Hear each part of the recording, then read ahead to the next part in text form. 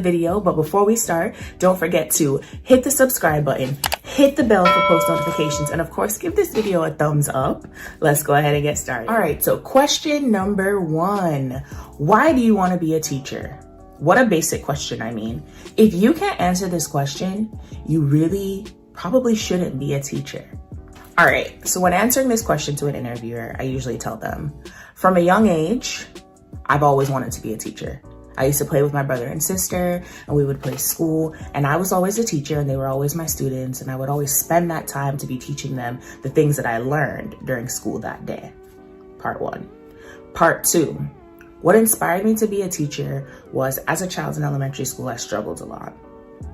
During that time of struggling, I had this one teacher in particular who really took her time to make sure I understood and I learned the lesson.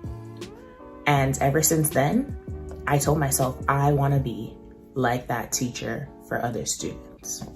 Part 3. I want to be a teacher because I love seeing students come into the beginning of this school year not knowing much and only knowing what they knew from the previous grade they were in, and learning, and all of us being able to look back and reflect on all of the knowledge which we built together as a family, and that brought us here today. Why do you want to be a teacher? Those are the 3 parts to how to answer that question. All right, so question number 2, this one is a really, really popular question to be asked during an interview. What is your teaching philosophy?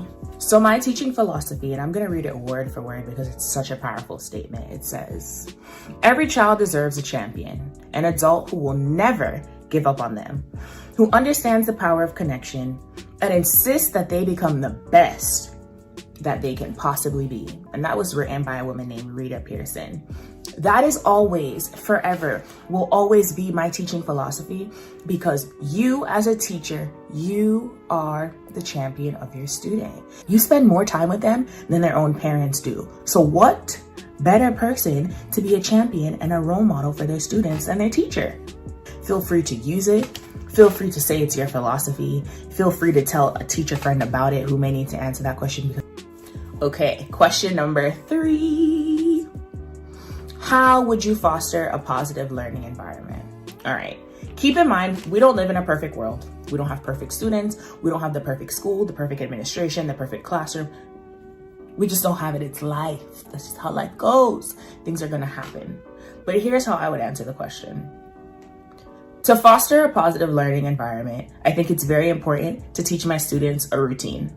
I want them to understand that this is where the papers are kept, this is where the pencils are kept, this is where the marker and the glues and all of the supplies are kept. We are one family when we are in this classroom. Everything in here belongs to us. That's how we keep the vibe and the energy in our classroom positive right then and there. Secondly, I want to take the time to learn my students. If all the boys like baseball, then I'll make all the lessons about baseball for the boys. And if all the girls like cheerleading, every math question will be about cheerleading. Learn your students. Make it a positive environment for them. Make them want to come into your classroom. Make them want to learn. Because this day, we're learning how to divide baseball players and cut them in half. And this day, we're learning how to multiply cheerleaders and make it the biggest cheerleading team ever. Make them want to come to your classroom. Let them know that this is their safe place. But we have to respect it, and we have to follow the routines that are in place. All right, question number 4. What are some things to consider when making a lesson plan? All right, here is the key to success. When making a lesson plan, you want to consider, what do your students already know? 1. 2, what are the learning goals for that lesson? What do your students need to learn by the end of the unit or the end of the week? 3, which of my students have 504 plans that require more time when learning, or require frequent breaks, or require the questions read to them? 4, what are my students that have an IEP? What are my students that don't speak English as their first language, that need to use a Spanish dictionary, or that need a translator, or don't know English as their first language because they speak Creole and need a Creole English dictionary?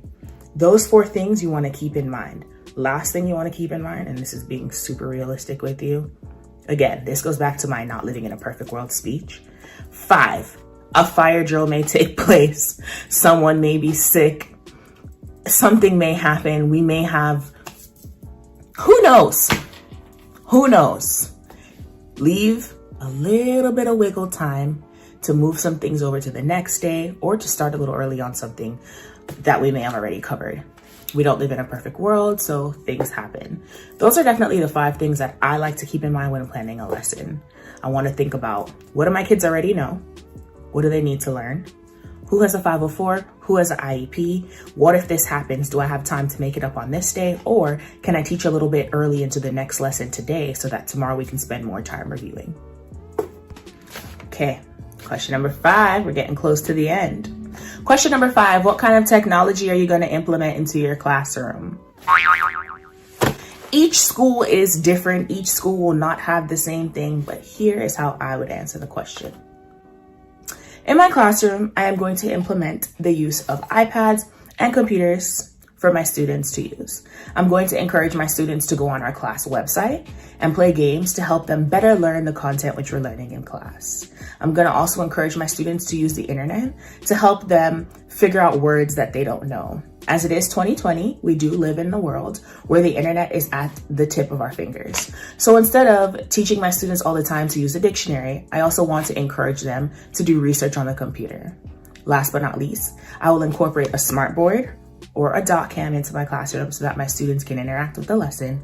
And lastly, if I do have a microphone, I'll definitely use that technology and have a microphone go around the room so that everyone can project their voice nice and loud and we can all hear you even if we're sitting in the back. That is how I plan to implement technology into my classroom. Question number 6. How do you differentiate instruction in your classroom for your students? Here's how I would answer the question.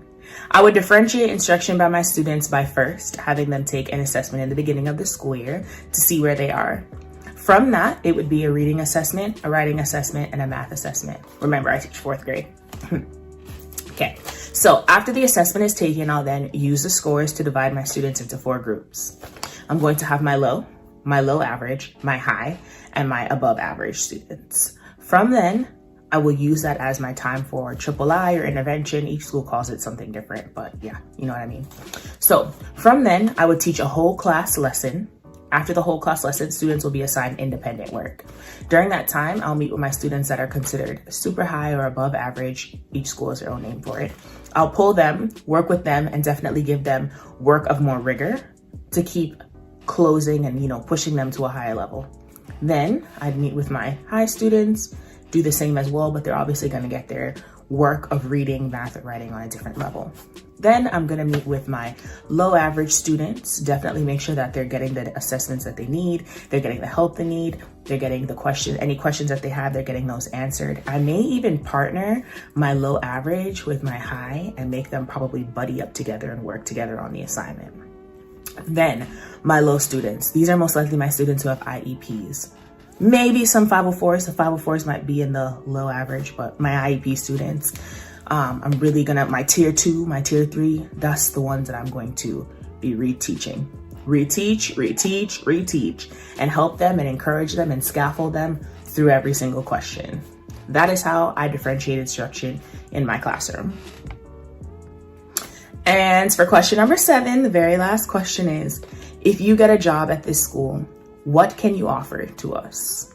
That's a question that you really have to sit down and think about for yourself. Your answer really would be different than mine because I'm stronger at something different than you are, and you're stronger and better at something than I am. So if it was me, I would kind of answer the question by letting them know, I'm a really good asset when it comes to teaching math and science. So to the school, I definitely offer some sort of after school programs where students can meet in my classroom, if it's allowed. Each school's different. If it's allowed, and give one-on-one tutoring or small group tutoring to students that are maybe on tier 2 or tier 3 so that it can better help them and, close any learning gaps which they may have. If your school has sports or clubs, you may want to offer the ability to coach a sport or a club if you know how to do that. You may want to offer time doing lunch duty or after school duty. Those are just some of the things you can bring to a school. So yeah, that about wraps it up. Those are definitely the 7 questions that you should probably know if you plan on applying for a job or becoming a teacher for the 2020-2021 school year. Now, with the given circumstances of the coronavirus, right now, if you are interviewing, your interview is probably going to be virtual. So yeah, definitely think about those questions. Definitely share this video to a friend who may be applying for a job. I promise you, it will help you. I've applied to 3 jobs and I've been offered all 3. Okay, so then what you want to do is you want to get as many job offers as possible, so then you can sit down and think and make a pro and cons list as to which one works for you. Anyway, that is the conclusion of this video. I hope you guys enjoyed it. Don't forget to like, comment, and subscribe. Comment down below what you'd like me to talk about or do in my next video. And I can't wait for us to grow as a family. Stay safe.